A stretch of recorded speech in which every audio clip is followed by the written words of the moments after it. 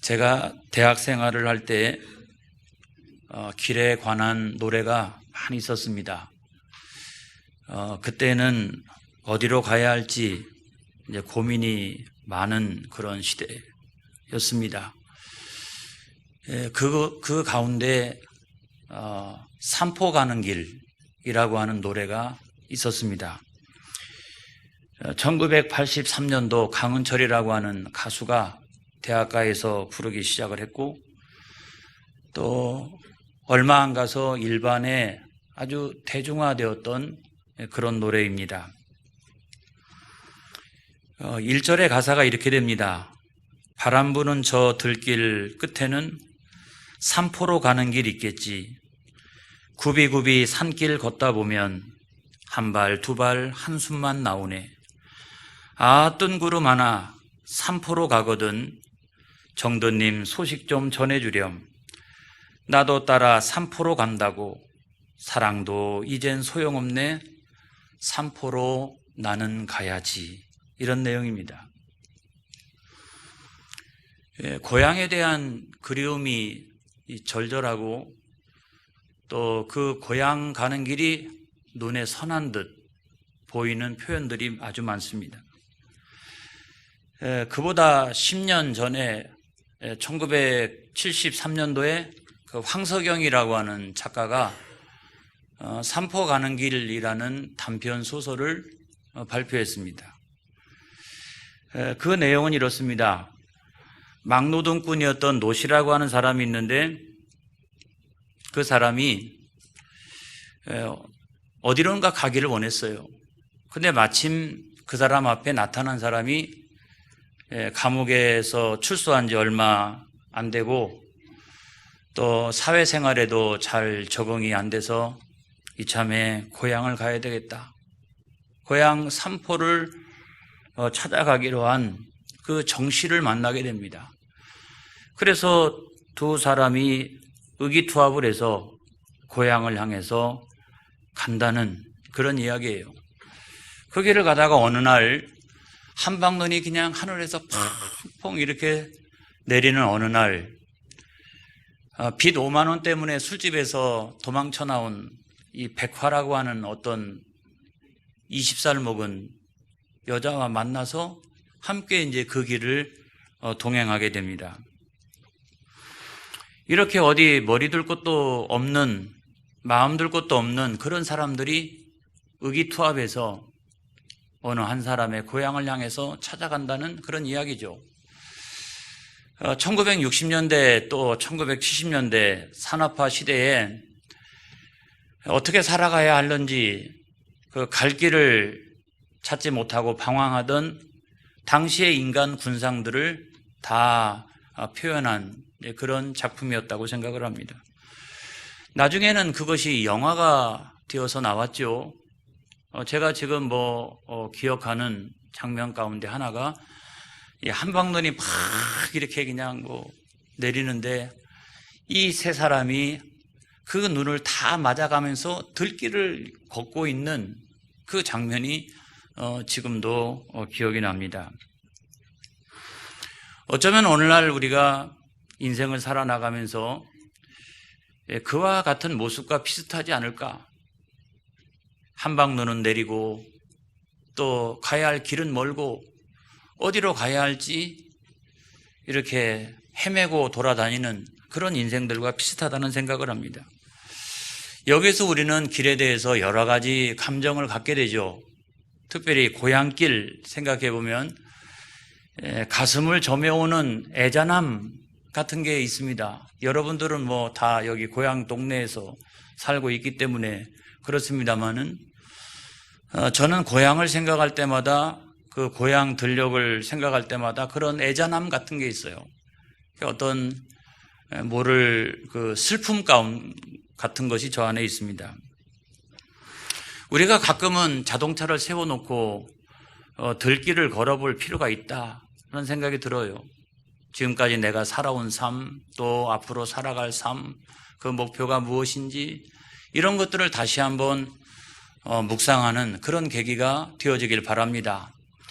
자, 오늘 성경에도 보니까 예수님은요, 예수님은 예루살렘으로 가는 길을 걷고 계셨습니다. 그 길은 사마리아와 그 갈릴리 사이로 난 길이었는데요. 그 길은 어떤 길일까? 예수님께서 가시고 있는 예루살렘으로 가는 길, 그 길은 어떤 길일까? 그 길은 인류의 죄를 대속하기 위하여 가시는 십자가의 길이죠. 그리고 광야에 모진 모래바람을 다 맞을 수밖에 없는 그런 고난의 길입니다. 구원의 길입니다.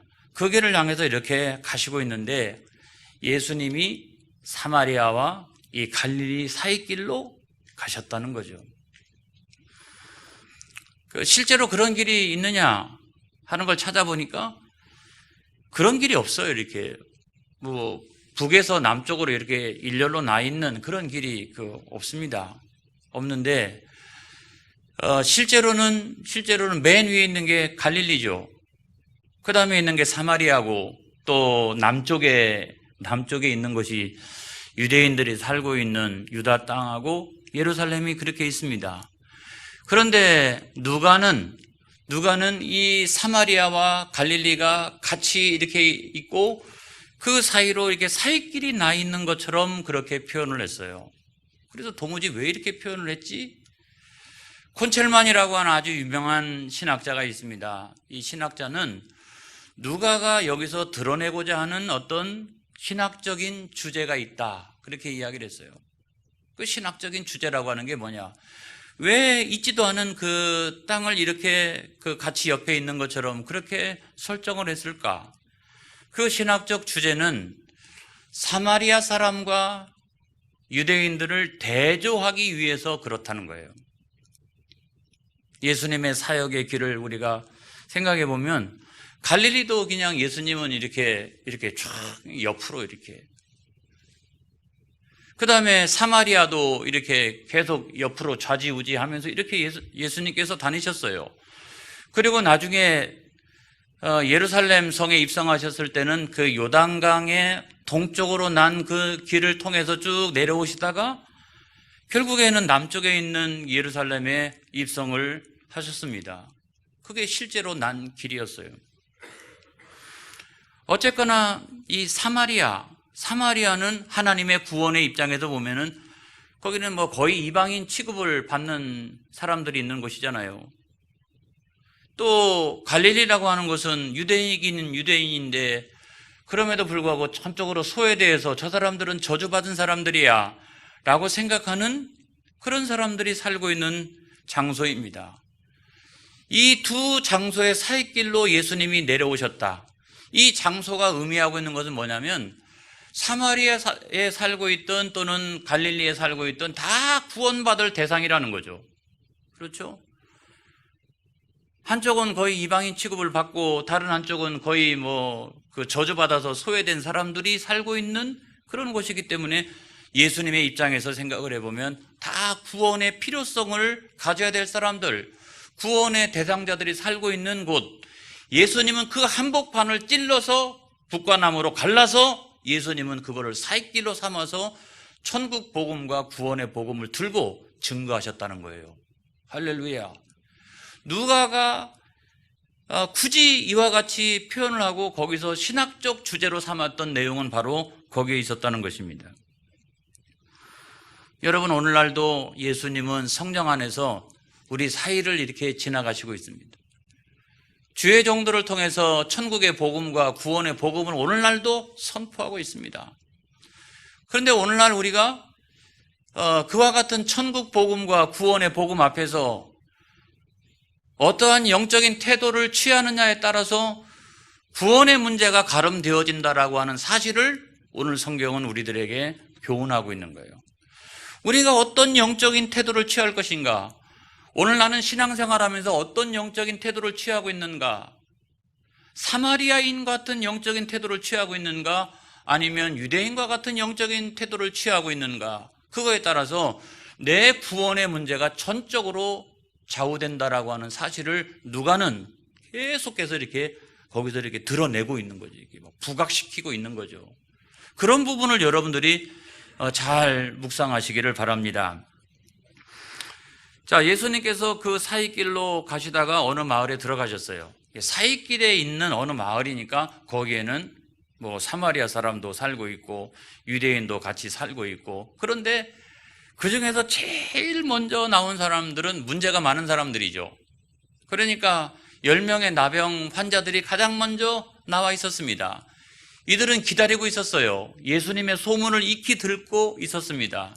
그리고 예수님이 어떤 길을 향하여 내려오시고 있는지 그 동선을 미리미리 파악하고 그 앞길에 나와 있었던 사람들이었습니다. 예수님은 이들을 보고 가서 제사장에게 내 몸을 보이라고 말씀하셨어요. 선생님, 우리를 불쌍히 여기소서. 그러니까 예수님은 숨도 안 쉬고 한번 딱 보면은 금방 알 수가 있으니까 가서 제사장에게 내 몸을 보이라고 예수님께서 말씀하셨어요. 그리고 이들이 막 제사장에게 몸을 보이라고 하는 것이 어떤 의미를 가지고 있는 것인지를 알고 있었으니까 그들이 막 이렇게 제사장을 향해서 달려가다가 몸이 깨끗하게 되어지는 역사가 일어났다는 거죠. 10명의 나병 환자들 전체에게 그와 같은 역사가 일어났습니다. 그런데 그 중에서 9명은 제사장에게 몸을 딱 보이자마자 어떻게 했다? 자기 집으로 돌아갔는지, 아무튼 그 다음에는 성경에 안 나오죠. 보나마나 끝입니다. 뭐 더 이상 다른 얘기가 없어요. 그냥 거기까지인 거예요. 영적 태도가 거기까지인 거예요. 그런데 공교롭게도 이들은 전부가 다 유대인이었다는 거예요. 공교롭게도. 그런데 그 나머지 한 사람은 제사장에게 몸을 보였는지 아니면은 그냥 낫는 역사가 일어나니까 곧바로 돌아왔는지 알 수는 없지만 아무튼 돌아와서 예수님 앞에 전인격적으로 발에 엎드려 감사를 표시하고 할렐루야 그러면서 하늘에 계신 하나님 앞에 영광을 올려 드렸더라, 이런 겁니다. 그랬더니 비로소 예수님께서 이 한 사람에게만 구원을 선언하셨어요. 구원을. 그러니까 우리가 가지는 영적인 태도가 얼마나 중요한지를 우리가 알 수가 있잖아요. 가라, 내 믿음이 너를 구원하였느니라. 이렇게 구원을 선포하셨다는 거예요. 여러분, 여기에서 우리가 구원 얻은 믿음에 대해서 정말 진지하게 생각을 해야 됩니다. 우리가 교회에 나온다고 해서 다 구원을 받은 것은 아니에요. 구원 얻은 믿음이 있지 않고서는 구원 못 받아요. 그래서 그 구원을 얻은 믿음이라고 하는 것은 과연 무엇일까? 첫째로는 뭐가 있어야 되느냐? 지식이 있어야 되는 거예요. 지식. 구원의 주체에 대한 지식이 있어야 된다. 어떤 사람은 뭐 믿음이 있어야 되죠. 어떤 사람은 또 지식이 있어야 되죠. 지식이 먼저입니다. 또는 뭐 믿음이 먼저입니다. 그렇게 이야기하는 사람도 있어요. 여러분, 믿음을 가지고 있는데 지식이 없으면 뭐합니까? 이 사람은 맹목적 믿음이죠. 맹목적 믿음이에요. 내가 뭘 믿고 있는지를 모르면서 그냥 교회를 나오고 예배를 드리고 있는 거죠. 그런데 또 어떤 사람은 지식은 있는데 믿음이 없어요. 이런 사람을 우리가 뭐라고 표현하냐면 현학적 믿음이다. 뭐 믿음이라고 얘기할 것도 없죠. 현학적인 거죠. 자기의 우월적인 지식을 자랑하기 위해서 나오는 거죠. 그거 외에는 아무것도 없어요. 그래서 이렇게 지식이 없는 믿음도 안 되는 것이고, 지식은 있는데 그것을 믿는 믿음이 없어도 안 되는 거예요. 그래서 무엇이 더 먼저냐? 지식이 더 먼저냐? 믿음이 더 먼저냐? 그거는 말할 필요도 없어요. 어리석은 질문이에요. 지식과 믿음은 같이 있어야 되는 거예요. 할렐루야. 이 지식과 믿음은 병존하는 것입니다. 이거를 뗄래야 뗄 수가 없어요. 그거를 떼는 순간 그 사람의 믿음은 잘못된 믿음인 것이죠. 자, 10명의 나병 환자들은 예수님이 누구신가를 명확하게 알고 있었습니다. 자, 지나가는 길목을 지키고 있었다라고 하는 것은 어떤 기대가 있는 거죠. 이게 선제적인 믿음이 있는 거죠. 그리고 예수 선생님, 우리를 불쌍히 여기소서, 이 말은 뭡니까? 예수 선생님, 우리를 불쌍히 여기소서. 내가 낫기를 원합니다, 이런 것도 아니고 그냥 불쌍히 여겨주시기만 하면 내 모든 인생의 문제가 해결될 것입니다. 그냥 주님은 나에게 긍휼을 베풀어 주시고 나를 불쌍히 여겨 주시기만 하면 됩니다. 그렇게 이야기를 했어요. 무슨 얘기예요? 이 10명의 나병 환자들은 예수님이 누구신가 하는 것을 이미 알고 있었다는 것이죠. 자기들의 모든 질병의 문제를 치유할 수 있고 자기들의 인생의 문제를 다 해결할 수 있는 그와 같은 메시아, 그리스도, 나의 구세주, 할렐루야. 이렇게 그분이 누구신가 하는 것을 명확하게 알고 있었다는 거죠. 자, 구원을 얻은 믿음이라고 하는 것은 무엇인가? 구원의 주체가 되시는 예수 그리스도의 구속 사역에 대한 지식이 있어야 되는 거예요. 지식이 있어야 되는 거예요. 그 지식의 내용을 간추려보면 이런 거죠. 나는 죄인인데 전적인 타락 가운데 있었는데 그래도 하나님의 심판의 대상이었는데 하나님이 나를 불쌍히 여기셔서 독생하신 그리스도를 세상 가운데 내어주시고 그분을 십자가에 못 박게 하심으로 말미암아 그 예수 그리스도를 믿는 사람들에게 의롭다함과 할렐루야 하나님의 자녀 되심을 허락하셨도다. 할렐루야. 그래가지고 내가 그 예수를 믿기만 하면 나는 구원받는다. 나는 구원받는다. 이렇게 구원의 주체, 나를 구원하실 수 있는 그분의 그 성격과 그분의 본질에 대하여 명확한 지식을 갖고 있지 아니하면 안 된다는 거예요. 여러분, 세상에도 좋은 말 하는 사람은 많이 있어요. 하지만 유일한 구원자는 예수님밖에 없는 거예요. 이걸 믿으시기를 바랍니다. 그 다음에 두 번째는 뭐냐면 순종이 있어야 된다. 순종이. 구원의 주체이신 그분의 말씀에 순종하는 그 믿음이 있어야 된다. 순종이 중요한 거예요. 자, 어린아이와 같은 믿음. 그 믿음이 칭찬받는 이유가 뭐냐면 선생님이 말씀하시면 그대로 그냥 전적으로 그거를 다 신뢰하고 그리고 순종한다는 거예요. 여러분, 지난 그 수요일 날 행위 언약에 대해서 우리가 함께 은혜를 나누었습니다. 근데 행위 언약에서도 중요한 게 뭐예요? 행위가 중요하다. 행위가. 우리가 행위를 멸시하면 안 된다. 우리가 복음으로 은혜로 구원받지만 율법과 그 행위를 무시해서는 결코 안 된다. 하나도 땅에 떨어뜨리면 안 된다. 라고 하는 말씀을 제가 드린 바가 있어요. 왜냐하면 그 하나님의 말씀에 순종하느냐 불순종하느냐에 따라서 우리가 생명을 유지하거나 또한 죽음에 이르게 되거나 그런 것이 이루어지기 때문에 그만큼 중요하다는 거예요. 그런데 10명의 나병 환자들을 생각해 보면 예수님의 말씀을 전적으로 신뢰하고 순종했습니다. 자, 예수님께서 가서 내 몸을 제사장에게 보이라. 그들은 금방 그 의미가 무엇인지를 알고 있었죠. 그거는 확인이었습니다. 자, 나병 환자가 병이 나았다라고 하면 그렇게 낫기가 어렵지만 아무튼 나았다라고 하면 그 확인을 받고서 사회로 환원되어질 수 있는 것은 제사장에게 가서 그 몸을 보이고 확인을 받고 난 다음에 사회 환원이 가능했어요. 동네로 돌아오는 것도 가능했어요.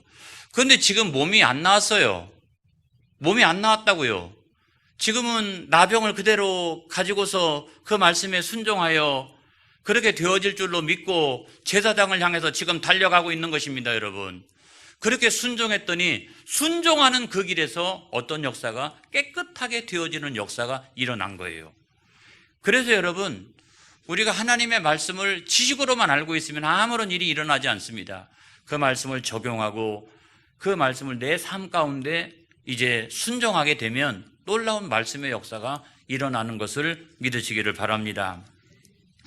근데 정말 신비한 것은 유대인들은 뭐 율법을 잘 알고 있으니까 이해를 해가지고 그냥 달려갔겠구나. 그런데 이 사마리아 사람은 어쩌면 그 율법의 내용을 잘 모르고 있었을 수도 있습니다.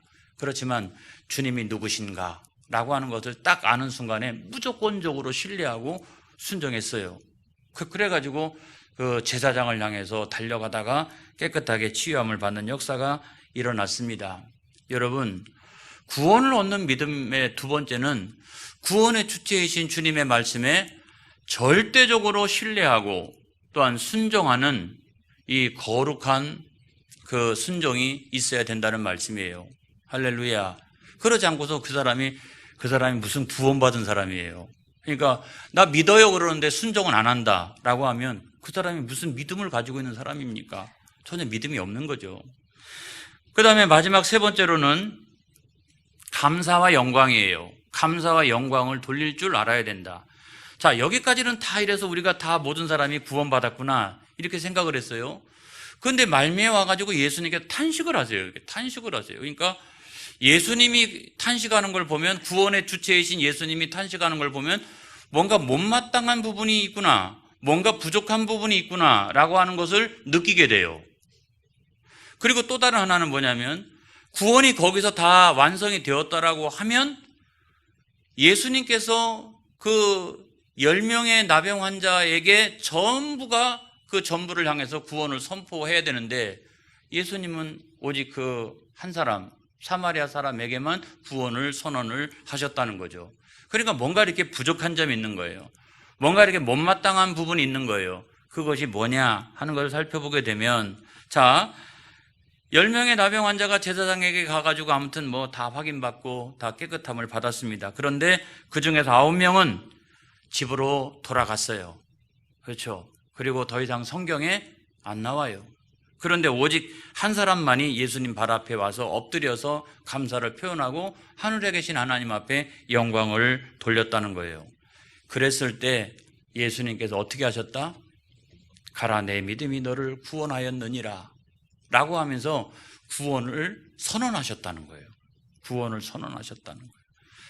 여러분, 이 부분이 굉장히 중요합니다. 자, 구원을 얻은 믿음을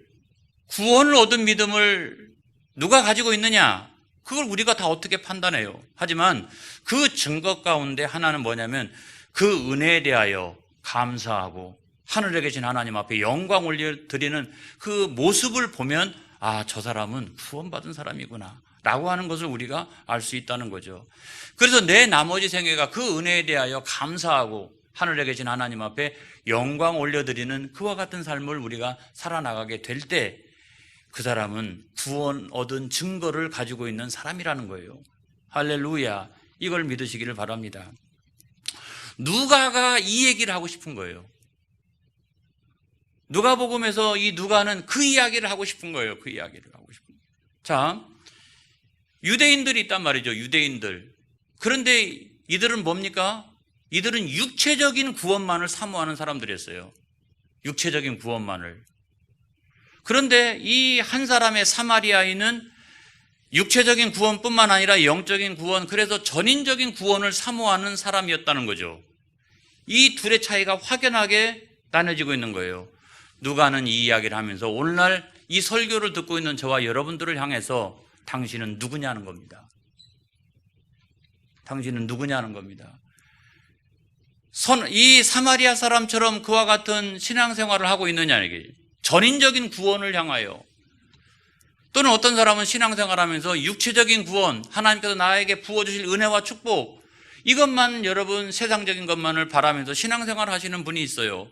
그렇다고 하면 그 사람은 유대인의 믿음에 가깝다는 거죠. 오늘날 우리는 어떻게 신앙생활을 하고 있느냐? 여러분, 자, 예수님께서 예루살렘을 향하여 가는 길을 걷고 계십니다. 거기에 세 부류의 사람이 등장하죠. 한 부류의 사람은 그 예수님의 뒤를 쫓아가는 제자들입니다. 제자들이죠. 참 기가 막히죠. 광야의 그 모진 모래바람 다 뒤집어 쓰면서 풍찬 노숙하면서 그 예수님의 뒤를 쫓아가는 제자들의 모습, 그것이 저와 여러분의 모습이 되어지기를 축복합니다.